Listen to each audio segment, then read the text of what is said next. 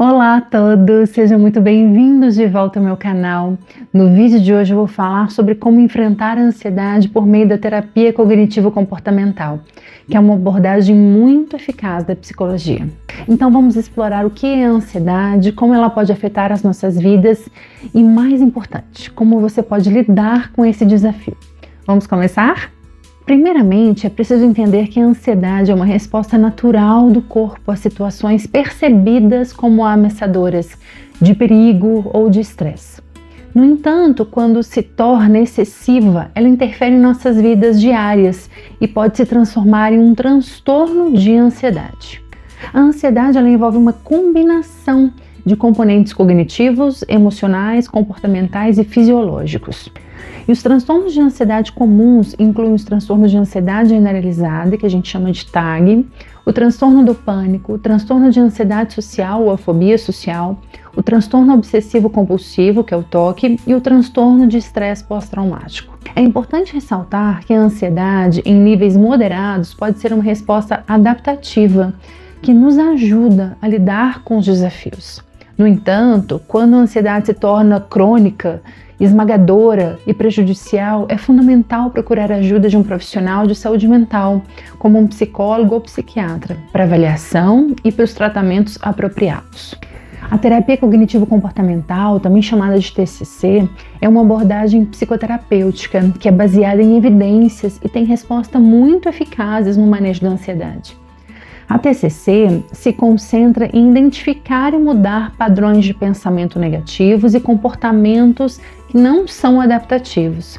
Ela é baseada na ideia de que os nossos pensamentos, as nossas emoções e ações estão interligados e um exerce influência no outro.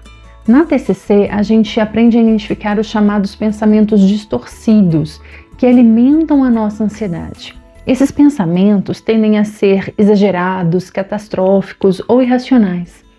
Depois de identificar os pensamentos distorcidos, o próximo passo é a reestruturação cognitiva. Já já eu vou te dar alguns exemplos desse tipo de pensamento e em como você pode reestruturá-lo. Tem um vídeo aqui no canal que eu falo só sobre esses pensamentos distorcidos. Eu vou deixar o link aqui na descrição e também aqui em cima, para você assistir assim que acabar esse e você conhecer um pouco mais sobre esses pensamentos e como eles acontecem no nosso dia a dia. Uma vez identificados os pensamentos distorcidos, o próximo passo é a reestruturação cognitiva. Isso envolve questionar a validade desses pensamentos buscando evidências que os apoiem ou refutem. Gradualmente, a gente pode substituir esses pensamentos por alternativas mais realistas e mais equilibradas. Vou te trazer agora, então, alguns exemplos para você ver como é que isso funciona na prática. O primeiro exemplo que eu vou te trazer é sobre um pensamento do tipo catastrófico. O pensamento distorcido, então, poderia ser assim: se eu não passar nessa prova, minha vida estará arruinada. Eu nunca conseguirei um emprego bom e vou ser um fracasso. Uma reformulação desse pensamento poderia ser: embora seja importante passar na prova, uma nota ruim não define o meu futuro. Existem várias maneiras de alcançar meus objetivos e eu posso aprender a melhorar ao longo do tempo. O segundo exemplo eu vou trazer sobre um pensamento do tipo de generalização excessiva. O pensamento distorcido poderia ser então: se falhei nessa tarefa, é provável que eu falhe em tudo o que for tentar no futuro. Sou uma pessoa incompetente. Já um pensamento reformulado poderia ser o seguinte: uma falha em uma tarefa específica não determina minha competência geral. Todos cometemos erros e posso aprender com essa experiência para melhorar minhas habilidades. Um outro tipo de pensamento muito frequente em quadros de ansiedade é o pensamento do tudo ou nada. Então, um pensamento poderia ser assim: se eu não conseguir fazer isso perfeitamente, não vale a pena fazer. Só aceito o sucesso absoluto. E uma reformulação desse pensamento poderia ser assim: ser perfeito não é realista nem necessário em todas as situações. É mais importante fazer o meu melhor e aprender com os desafios, mesmo que eu não atinja a perfeição. E por fim, o último exemplo que eu quero compartilhar com vocês é do tipo de um pensamento de previsão do futuro negativo. Um pensamento distorcido poderia ser assim: tenho certeza de que vou fazer papel de bobo na apresentação. Vou esquecer tudo e todos vão rir de mim. Já uma reformulação desse pensamento poderia ser: embora eu possa sentir ansiedade em relação à apresentação, não posso prever exatamente como será. Posso me preparar adequadamente, praticar e lidar com quaisquer desafios que surjam. Esses exemplos que eu trouxe para vocês, eles ilustram como os nossos pensamentos podem muitas vezes distorcer a nossa realidade e acabar intensificando a nossa ansiedade.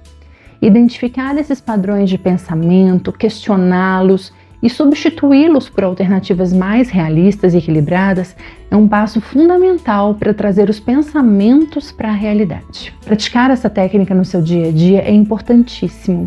Imagine como se fosse um músculo. Quanto mais você treinar, mais definido esse músculo fica.